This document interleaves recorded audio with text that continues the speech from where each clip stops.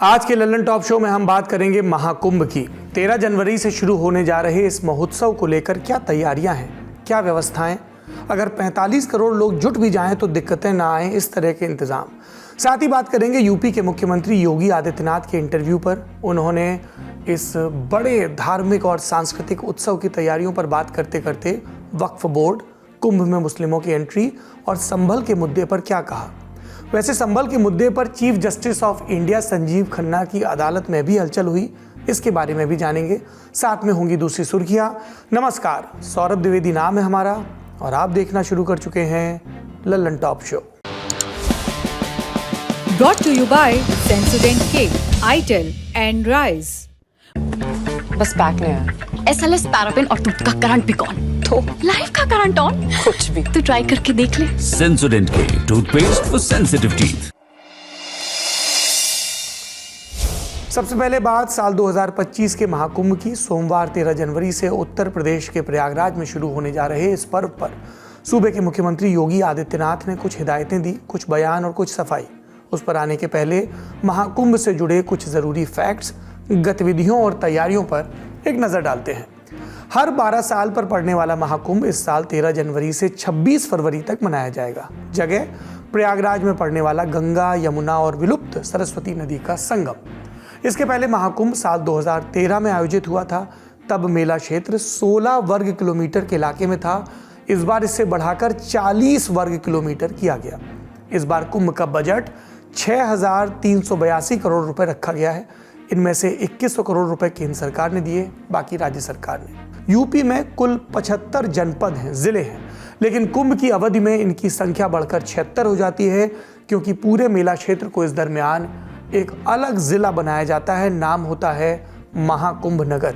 पर ऐसा क्यों किया जाता है? दरअसल महाकुंभ का जो मेला क्षेत्र है वो बहुत विशाल है। चारों ओर नदी की मिट्टी और रेत। इसी क्षेत्र में करोड़ों लोग जमा होते हैं। इस साल अनुमान लगाया जा रहा है कि लगभग 45 करोड़ श्रद्धालु पहुंच सकते हैं। ऐसे में सभी लोग स्नान कर सकें, पूजा पाठ में दिक्कत ना आए और सब कुछ सुरक्षित रहे, इसलिए राज्य सरकार मेला क्षेत्र को एक अलग जिले का दर्जा देती है। और जैसे जिलों में जिलाधिकारी होते हैं, कुंभ में मेलाधिकारी होते हैं। इस बार के मेलाधिकारी हैं IAS अधिकारी विजय किरण आनंद। इसी क्षेत्र के SSP हैं राजेश द्विवेदी। इन दोनों के ऊपर अहम जिम्मेदारी है। महाकुंभ नगर में 56 थाने और 144 पुलिस चौकियां हैं। हर थाने में साइबर डेस्क भी है। अलग से 2 साइबर थाने भी जोड़े गए हैं।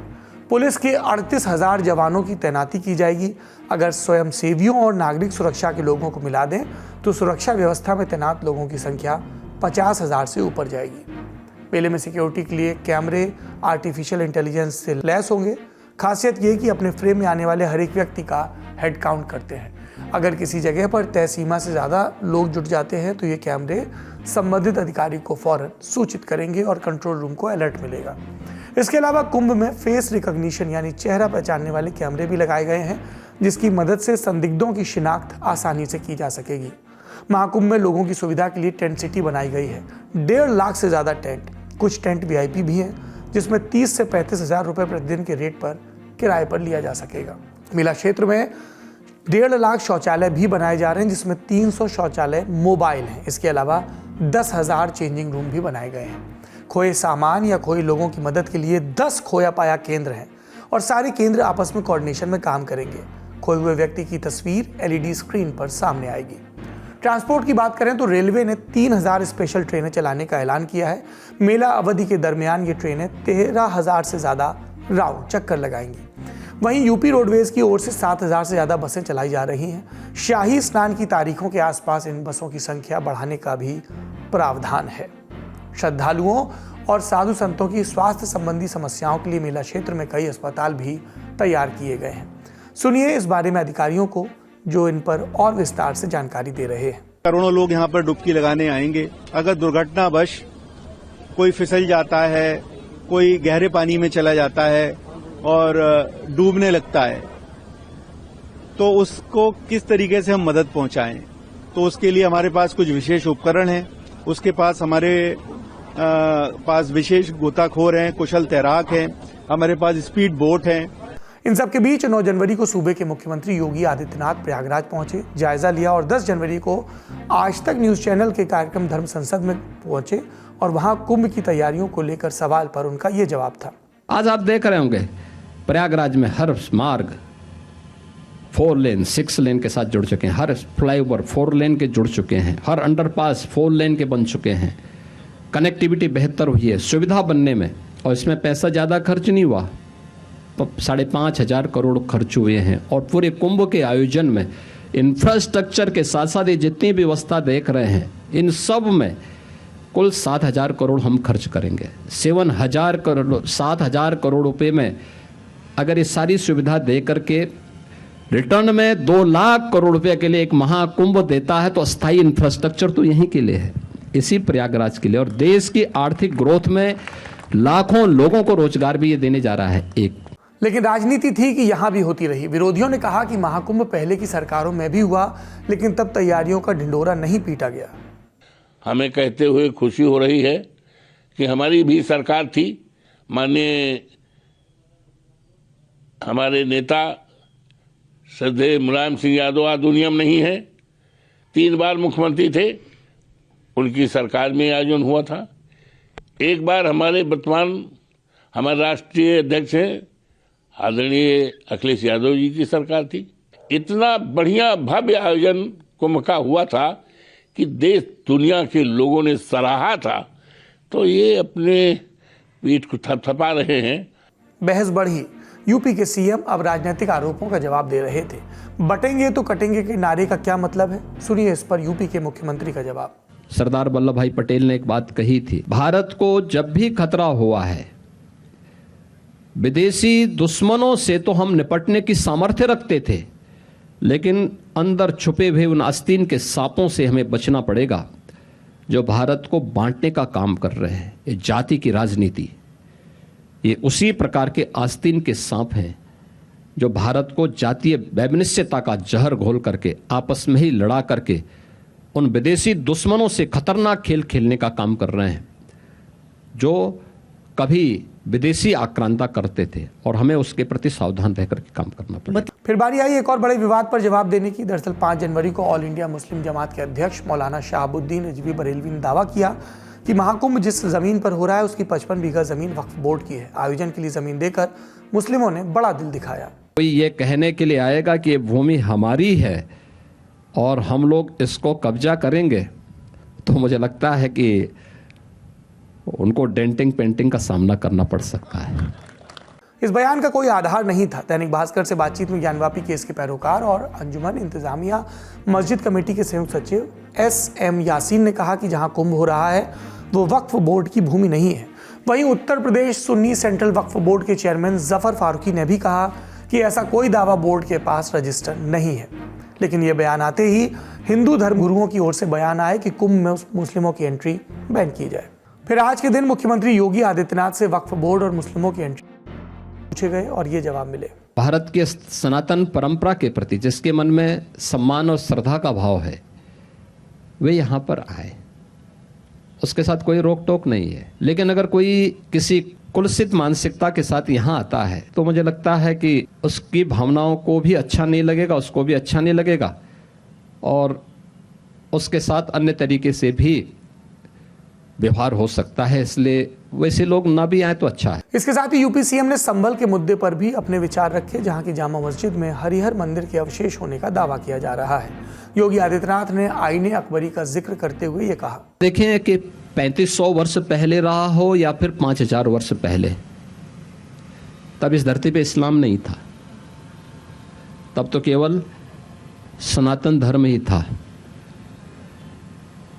उस समय भी उल्लेख है, उस समय थोड़े रहा होगा कि कोई जामा मस्जिद रही होगी, तो जामा मस्जिद तब थी ही नहीं, तब इस्लाम ही नहीं, तो जामा मस्जिद कहाँ से उस समय आ गई।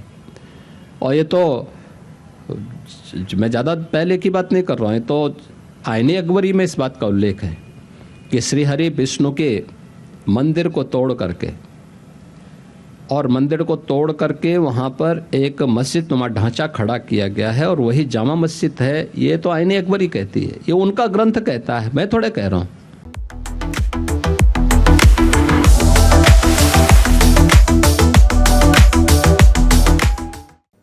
तो मुख्यमंत्री के बयान हो गए, लेकिन संभल के केस में एक अपडेट। सुप्रीम कोर्ट में chief justice of India Sanjeev Khanna और जस्टिस पीवी संजय कुमार की बेंच में भी डेवलप हो रहा था। सुनवाई चल रही थी संभल की शाही जामा मस्जिद के पास मौजूद कुएं पर पूजा पाठ को लेकर। आपको मालूम है, दिसंबर 2024 में संभल जामा मस्जिद के पास अतिक्रमण हटाओ अभियान में एक मंदिर और एक कुआं मिला। जिला प्रशासन की अगुवाई में इसकी सफाई हुई, फिर लोगों ने पूजा पाठ शुरू की। संभल नगर पालिका ने निर्देश भी जारी किए। इन्हें शाही जामा मस्जिद की इंतजामिया कमेटी ने सुप्रीम कोर्ट में चैलेंज किया, जिस पर सीजीआई की अध्यक्षता वाली बेंच ने आज रोक लगा दी। साथ ही सभी पक्षों को जवाब दाखिल करने के लिए 2 हफ्ते का वक्त दिया। लेकिन मानीखेज ये है कि कोर्ट में जिरह क्या हुई। मस्जिद कमेटी ने कोर्ट में कुछ पोस्टर दिखाते हुए कहा कि संभल जिला प्रशासन ने पुराने मंदिरों और कुओं को जलाने के तथाकथित कार्यक्रम में मस्जिद के पास मौजूद कुएं को भी पब्लिक एक्सेस दे दिया। पूरे संभल और जामा मस्जिद के पास के इलाकों में पोस्टर लगाए। इनमें ऐतिहासिक कुओं और मस्जिद को मंदिर की तरह दिखाया गया। इन्हें देखकर लगता है कि इन्हें संभल की नगर पालिका परिषद ने लगाया है। कुआं मस्जिद में एंट्री के रास्ते में पड़ता है और कुछ हिस्सा मस्जिद के अंदर भी है, इसलिए इसे हिंदू समुदाय के इस्तेमाल के लिए नहीं खोला जा सकता। अगर वहाँ के लोग यहाँ पूजा करते हैं तो इससे शरारती हरकतें हो सकती हैं। इससे अभी से ही भंगुर शांति व्यवस्था को नुकसान पहुँच सकता है। ये मस्जिद को हरि मंदिर कह रहे हैं। कुछ दिनों बाद वहाँ पूजा भी शुरू हो जाएगी। ये मस्जिद के पक्ष के तर्क थे जो सामने कमेटी के द्वारा रखे गए।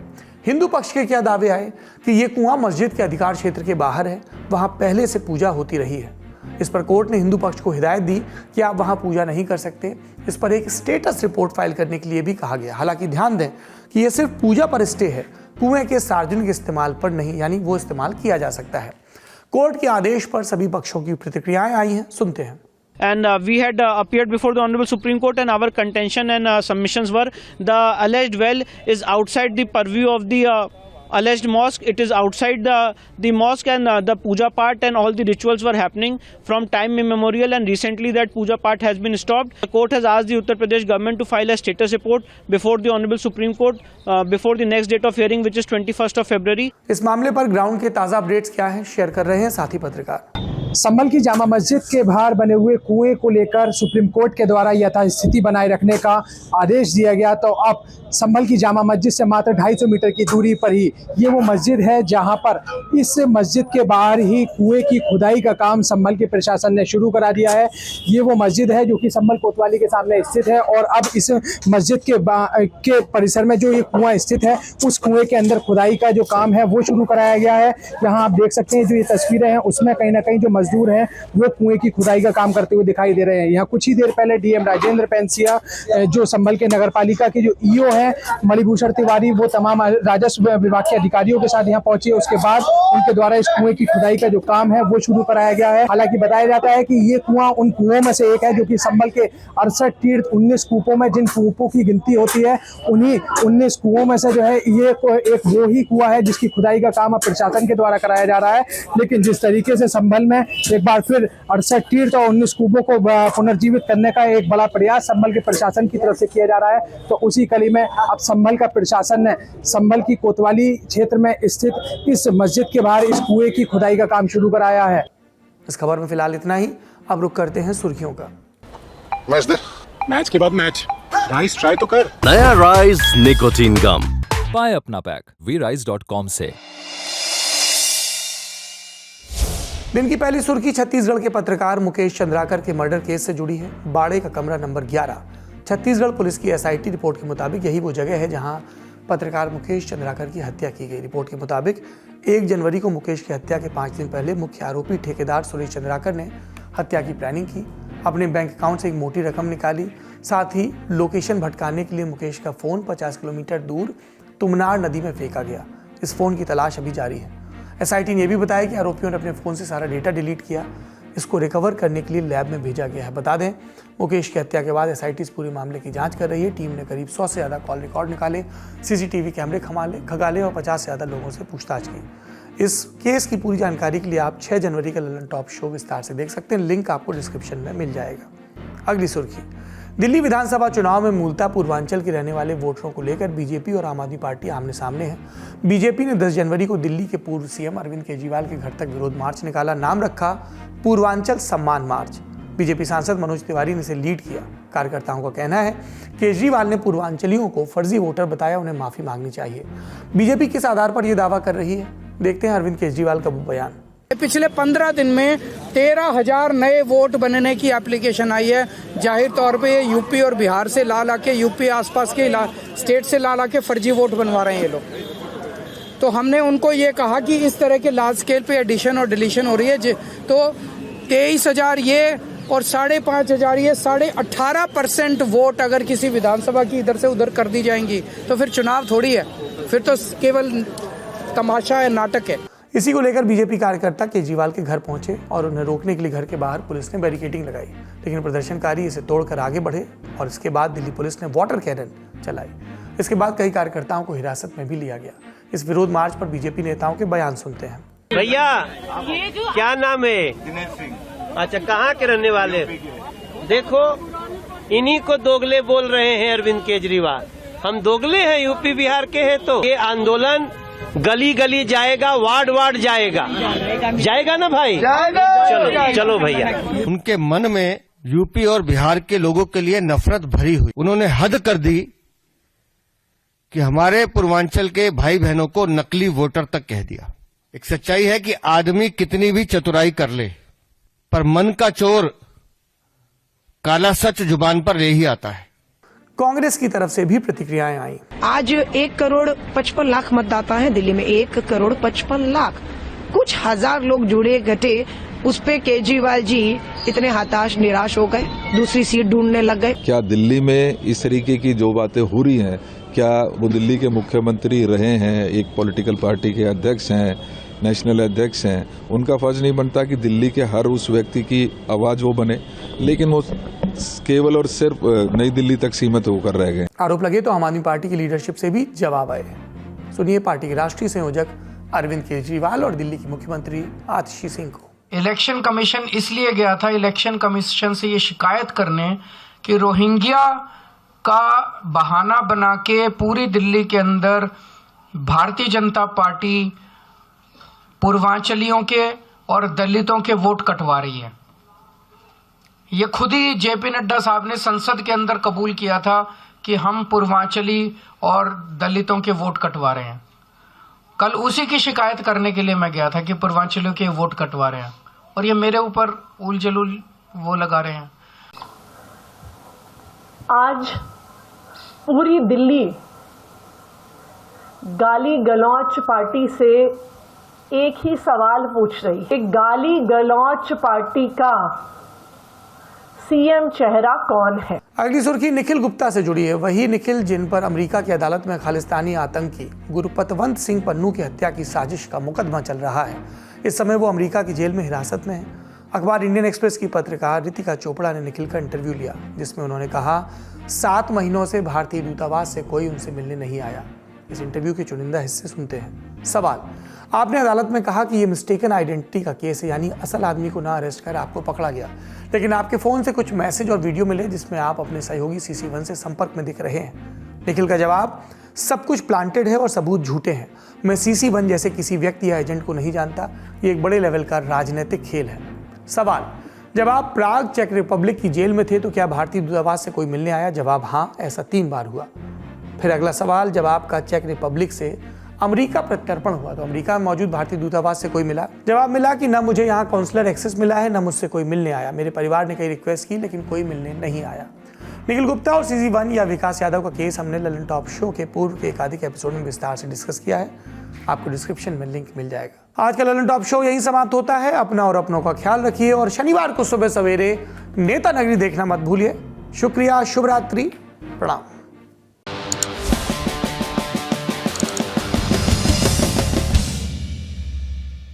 What about Virat Kohli?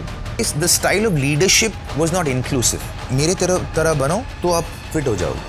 Like UV Pa's instincts, yeah. Vicky John प्यार का भूखा, काऊ के धन दौलत का नाव। अंधेरा मुझे प्रिय है। मुझे अंधेरे की औलादों से क्या नफरत होगा? आजा गुफाओं में आप मेरा फेवरेट गाना है। आजा गुफाओं में तो अभी ना एक AI से बनेगा ताऊ जो एक अंधेरी गुफा के सामने खड़े हुए हैं और बोल रहे हैं आइए।